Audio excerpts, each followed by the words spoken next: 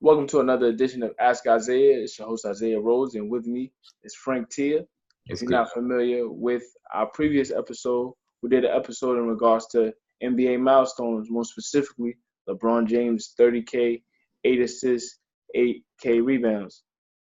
This particular episode, we had a discussion off air in regards to who will be the All NBA guards. Now, the MVP is locked up. It's been locked up since really the beginning of the season. James Harden, well deserved over the last couple of seasons, has really put his stamp on that particular award. So that spot is particularly locked down. But in regards to the other spots available, another guard position, and then five other guard positions in two respective other All NBA teams. There's flaws in other guards, but there's also arguments to be made. So with Frank, I just want to really break it down and decide who should get those spots. So we knocked down James Harden, and other particular candidates would be Kyrie Irving, who's led the Boston Celtics to an outstanding record. They're second in the West at this point. Second in the East, excuse me. Second in the East with 47 wins, 22 losses. But he's missed a lot of games, and his numbers aren't as prolific as anticipated. Then you have Stephen Curry, who is the all-world shooter. He's putting up spectacular efficiency all around the board as a shooter this season, but he's missed a number of games with a variety of ankle injuries that have hampered him, and his entire team really has dealt with injuries. And then we have Russell Westbrook, who's putting on another individually stellar season, but the Thunder have struggled out of the gate. But they're coming around in recent times. They won 8 of their last 10, and he's within striking distance of averaging another triple-double to be the only player in NBA history to do it for a second consecutive season. Then we have DeMar DeRozan and a multitude of others, Damian Lillard. So I just wanted to get your thoughts on the All-NBA team in particular, and what's your criteria and who you will put on the team. So cool. I think there's three big factors that even if said and not said, folks typically look for. There's of course like individual outputs from that season, right? There's team wins and also there's prestige, right? So in some cases, for example, let's talk about '05, right? Steve Nash was never a first team candidate before that, right? But when you surprise folks and win the MVP, of course you know you're a lock to be in the first team. So it's things like that, right? But in terms of this year, right? If your team is doing well, you don't have spectacular numbers, you probably won't make it. So we think about a guy like Tony Parker, right, on the Spurs forever, right? But he's never a first-team guy because he's not a first-team caliber player. Similar to Chauncey Billups. Another really good player, Detroit was the team in the East for a few years, but he also wasn't necessarily a first-team guy. So if we're going with this year, I think the perception of Kyrie is like he's this marquee guard, like amongst the best, but his numbers aren't eye-popping, right? So he's a great scorer. We'll talk about how he's probably the most offensively sound guard of all time, but he doesn't have ridiculous numbers of offense, right? So he's a great scorer, but he doesn't average over 27 points, and he also doesn't average over 7-8 assists. So with that said, Boston is doing really well. They'll probably finish second in the East. He'll finish relatively high in MVP voting, probably from the 4 to 7 range, but he's probably more so of a second team guy. Steph does have individual output with the scoring per game, relatively good number of assists, and he has the prestige. And Golden State is over towards the top of the league. But as you said earlier, the injuries I think have hurt him, right? So I wouldn't be the most surprised if he made it, but I think he's most likely a lock for the second team, and he's like a wild card for the first team. Now, Russell Westbrook, interesting case. He had the best numbers of basically anyone in the league, right? It's probably only two guys who have numbers comparable, right? Or in that stratosphere of like those numbers. It's him, AD, LeBron, right? Giannis also. I'm thinking back as OKC probably hasn't won enough games, but in the past, Kevin Garnett used to be a mainstay on the first team, and Right. Minnesota never won that much games, with the exception of '04 when he won the MVP. So if Kevin Garnett with his 22 plus and 13 plus rebounds and from 4.5 to 6 assists with the block and steal was there, I think Russell stands a good chance of making it. His intensity, the numbers, the triple double. I think he's probably gonna edge out and probably end it again. He's 0.3 off, which he'll probably do, I believe. The team success, they're probably pushing the top four. So if I had to pick now, I'll go with Russell and James at the guard. LeBron, I think until it's over, if LeBron's output is over 26, 25 to 27, with 7 and 7, it's like going to be 8 and 8 here on out. He'll probably be a first team lock, regardless of what his team does, because he's LeBron. And I think he's ready to earn that. So far we have Russell, we have James, LeBron. Anthony Davis is another guy who I think, especially after AD has went down, his individual output and the way that New Orleans has played, and despite the Cousins injury, I think has propelled him. He'll be a first team guy. And I struggle with the fourth one. So Giannis has had a great season. It started out a little better. Had he continued his 30, 11, and 6, probably more of a lot. Now he's dipped to about 27, 10, and 5, a block and a steal, which is very spectacular, but I'm not sure if that's oh my God, he must be here, right? And also Minnesota, I don't think will do much in the playoffs as well, right? And their record isn't eye-popping. So I think he's also a second-team lock. DeMar DeRozan, also a decent case. If this was last year's statistics with this year's team output, maybe we're looking at some first-team consideration. But DeMar isn't seen as a top 10 to 15 guy. So it would be hard for him to crack that first team. So he's probably more of a second team, and some may even argue a third team, despite how well Toronto has played. So we got one more slot, right? Kevin Durant would be the lock, but with the time missed before and the time he's about to miss, he may end up playing, between 65 and 70 games? Right. At this point, he's at 60. He's missed 10 games. Mm-hmm. He's gonna miss 2 weeks. So yeah, if he ends below 65 games, I think it'll also be pretty tough.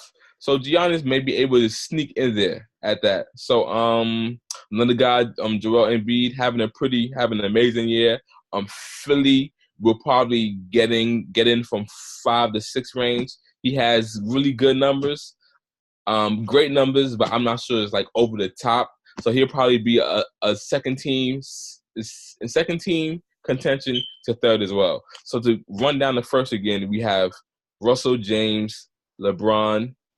If KD can get back and play some games to get him above 65, I think he'll be on it. And AD, I think, around the 5.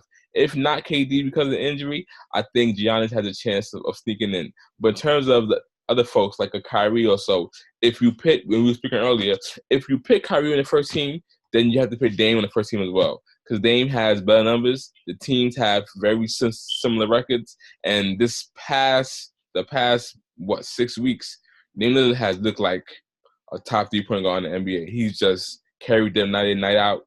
They won 11, 12 straight. So if Kyrie if folks have Irving in serious contention, the first team, then Dame has to be as well. And we all know Dame has a stigma of being underappreciated. So Dame won't get considerable first team. So I don't think Kyrie should as well.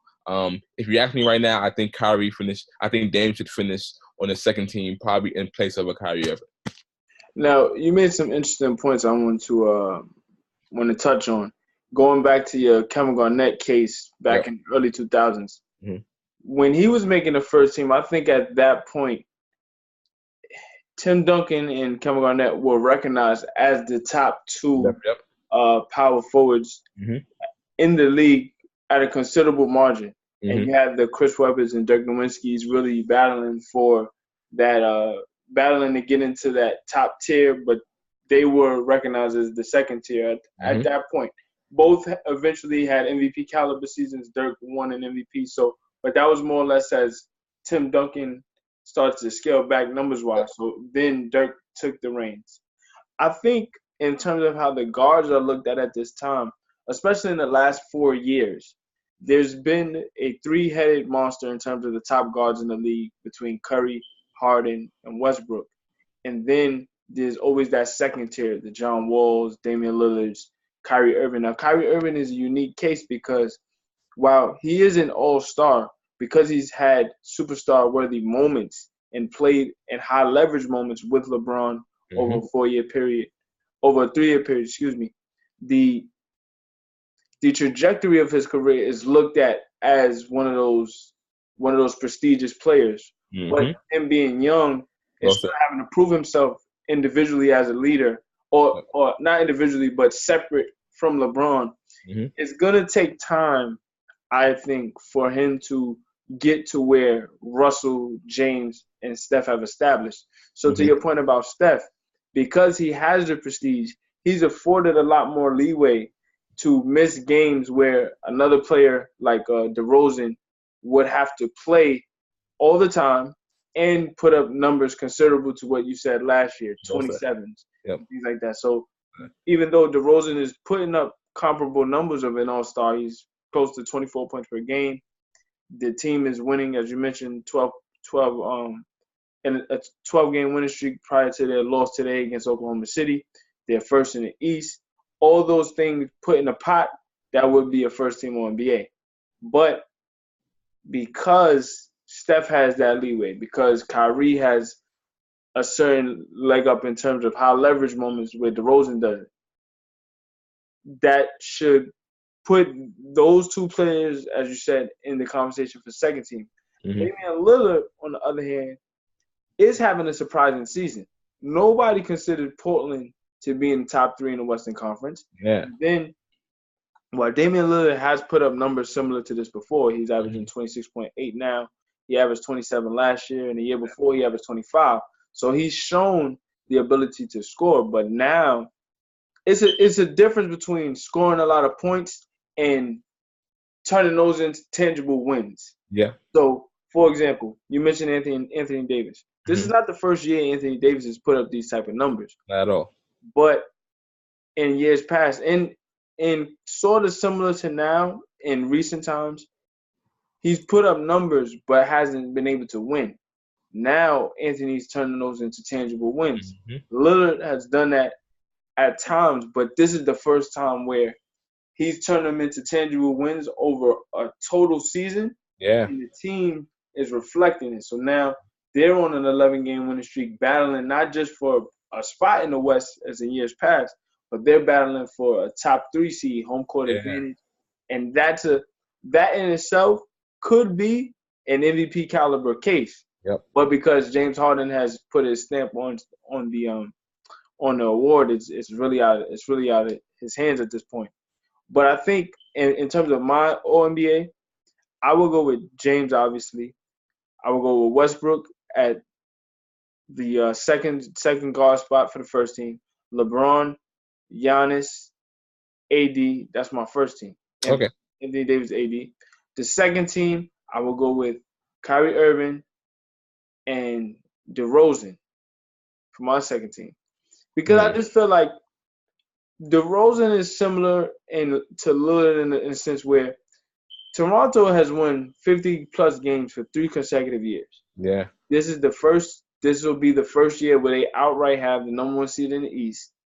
And they're a favorite to come out of the East because Cleveland has struggled. Now, obviously, they're going to have the LeBron contingent that says until somebody beats LeBron, they're always going to be the favorite. But considering how the team has been structured over the past couple of months, specifically with trades and injuries, that's going to be a tall task for LeBron. So for Toronto to be an outright favorite and to be playing with the depth that they have, obviously they'll have to prove themselves in the playoffs. But to be put in a position where they're at the forefront of the East, I think that's surprising enough to give DeRozan some votes on a respect level to where he can get a second team. So I'm going to say Kyrie and DeRozan on my second team. And my third team, while I did make the argument for Lillard in the fact that, you know, he has surprised many and he has gained respect around the league. LeBron called him an outright superstar in this league. And if he feels underappreciated, give him Damian Lillard and let him show you how great Lillard is. He did outright say that prior to his game against the Blazers. I think Lillard will fall to the third team. Okay. Only because Westbrook, I believe, will average a triple-double again. Mm-hmm. I believe it's already set in stone that he's going to lead the league in assists with about 10 games remaining. And I think because Oklahoma City specifically since December 1st has the fourth best record in the NBA, Mm-hmm. and they're a game behind Houston for the third best record in the NBA since December 1st. Also, when you take into account to start the season, Oklahoma City was 2-10 on the road. Since then, they're 16-8. Oh. They're on a 6-game winning streak at this point, and they won 8 out of 10. All those things being considered, and Oklahoma City being on a uphill trajectory, I think that'll swing voters towards Westbrook. Plus, he's been durable. He's only missed 2 games this year, compared to what Harden missed. Harden missed 8 games. No, Harden missed 10 games, and we already spoke about Curry's injury. So I think that's going to swing people towards Westbrook getting the first team. And I think with Lillard, while as I mentioned, they're surprising people in Portland, I think they'll fall to the 4 seed. So because of that, I think Westbrook will swing it. In terms of the centers, we spoke about AD and how he's been had to really challenge himself to really bring New Orleans into the playoff picture. We also have to bring up Karl Anthony Towns in Minnesota. Yeah, just thinking that he probably gets on. I would say by now that he gets on 13. Third team, right? So you mentioned Joel Embiid. Embiid second. And Embiid on the second team. So you have Embiid, Karl Anthony Towns. In terms of other forwards as well, what about and you said Kevin Durant, so that's LeBron, Giannis, KD, Towns, Embiid, and we need another forward at this point. Is Paul George an All-NBA performer? Paul George can get on 13. I think he's turned it up.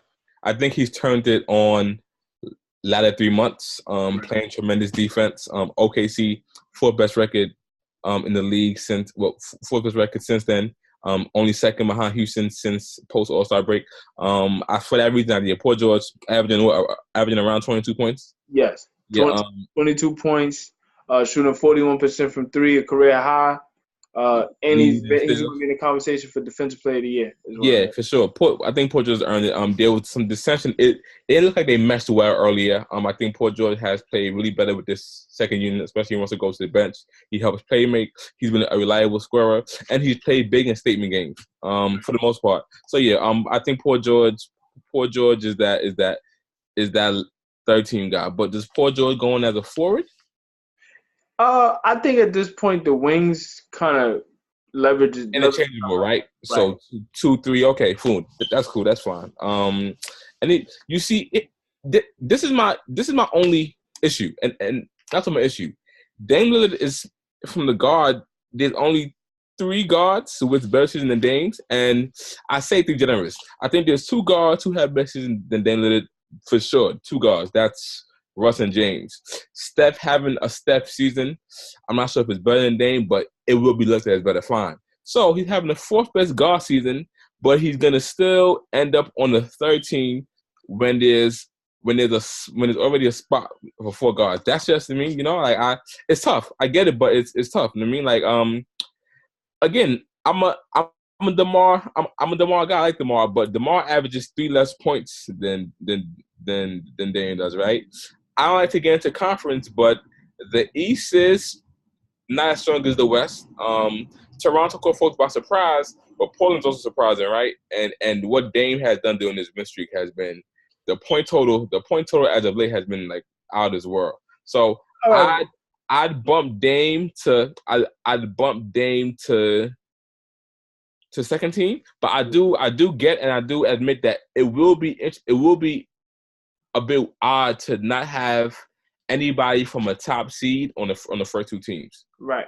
Yeah. That's the only argument that I have in terms of the respect factor, because while Dame has done these great things and we spoke about his exploits of previous seasons, a lot of what has happened in terms of the recognition has really been this last month.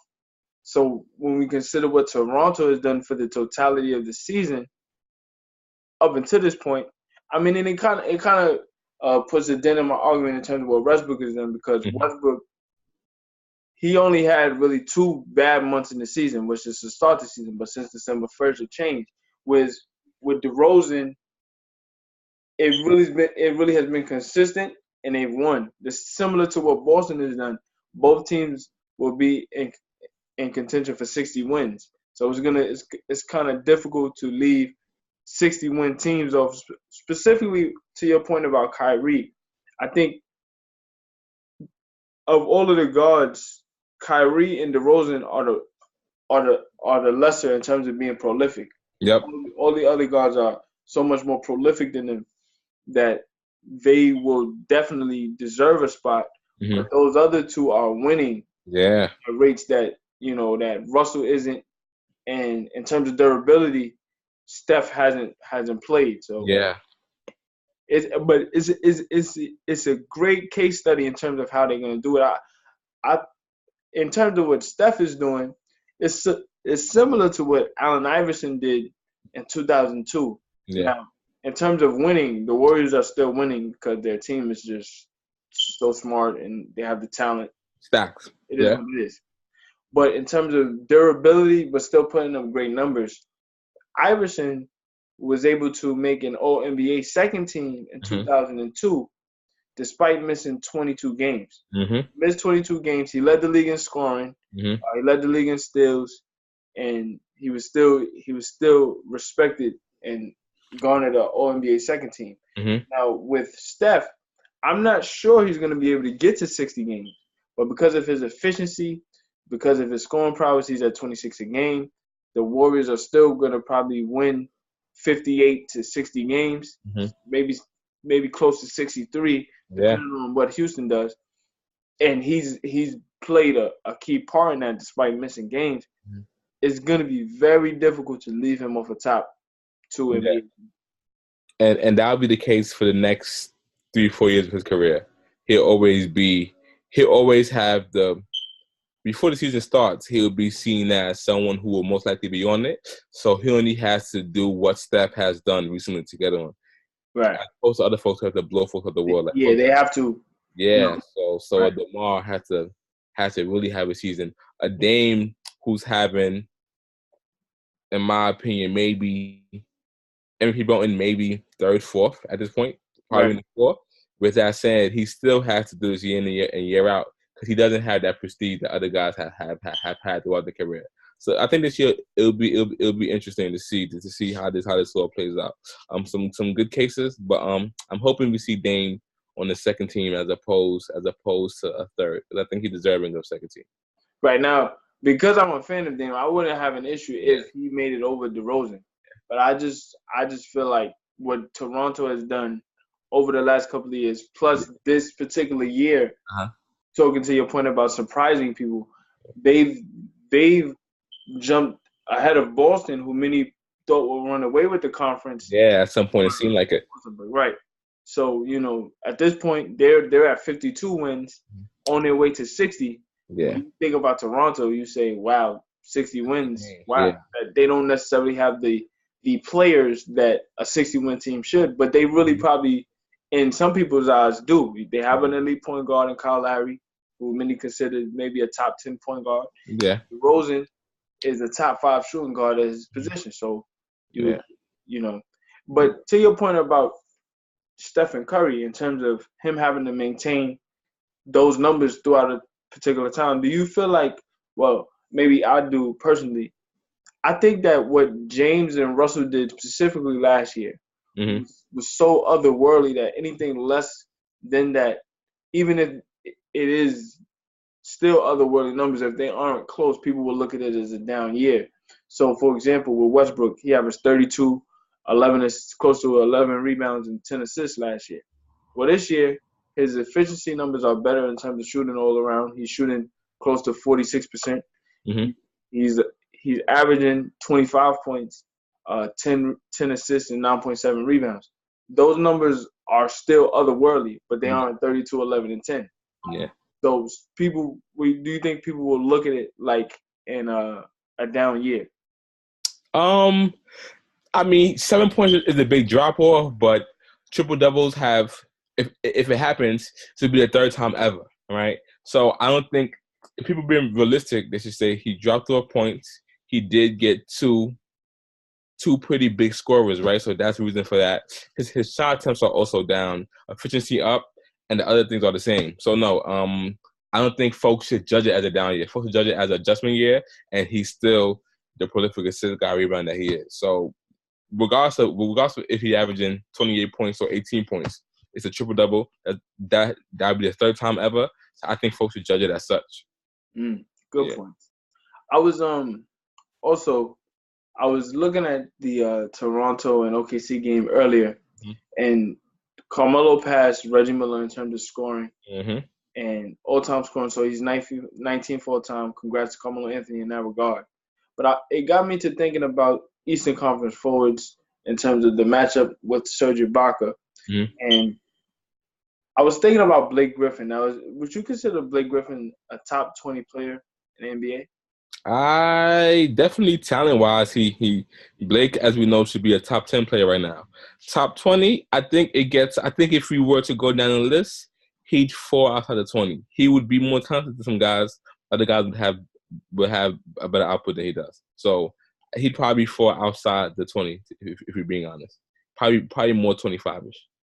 So at this point, I put a list together thinking about it, and I said Russ, Steph, James Harden, KD, LeBron, Damian Lillard, Kyrie, Giannis, AD, Boogie, Paul George, Klay Thompson, Anthony Towns, Embiid, and Draymond. Also, just forgetting about them at the time. John Wall, Bradley Beal, Kawhi, and maybe CJ McCollum. What do you think about that? Did he say Jimmy Butler? Oh, I didn't say Jimmy Butler, but So Blake is in top 20. Okay. Yeah, Blake is in top 20. The Draymond argument is tough, right? Because while I think you're higher if you're a go-to guy, right? So he's the only person who I struggle with being so high. But I get it. The Warriors have 2 championships. He's their glue guy, so yeah. But even if I dismiss him, which I may do sometime unreasonably, there's still too many guys ahead of him. Way too many guys. I think it was McCollum, Butler. Those are on the cusp of 20 guys. And yeah. Did he say Kyle Lowry? I didn't say Kyle Lowry, but I don't think Kyle Lowry is the top 20. I think Blake is higher than Kyle Lowry, definitely. But I think the Wizards, both Wizards players are probably higher than Blake. Now I wanna bring this back full circle in terms of, because Blake during the time, and also I want to bring in Dwight Howard as well, because the draft is coming up and you have a lot of top tier big men coming out. Marvin Bagley, DeAndre Ayton, probably Wendell Carter. These up and coming big guys being much more supremely skilled than what Dwight Howard was. But there was a time where Dwight Howard and Blake Griffin were the cream of the crop in terms of big men in the league. But they've fallen off to a point where now their careers are phasing out. And for Blake to be 28 years old, and he's in Detroit right now, and it seems like his career is like kind of drowning now. Hopefully next year with the full year with Detroit, it'll be different. Yeah, Drummond, but in the previous years, we saw Drummond make an All-NBA team. We saw Blake making an All-NBA in 2015. That was his last All-NBA team, and then it kind of dozed off because of injuries and things of that nature. So I wanted to get your points about where the big man is going and why those players in particular have phased out.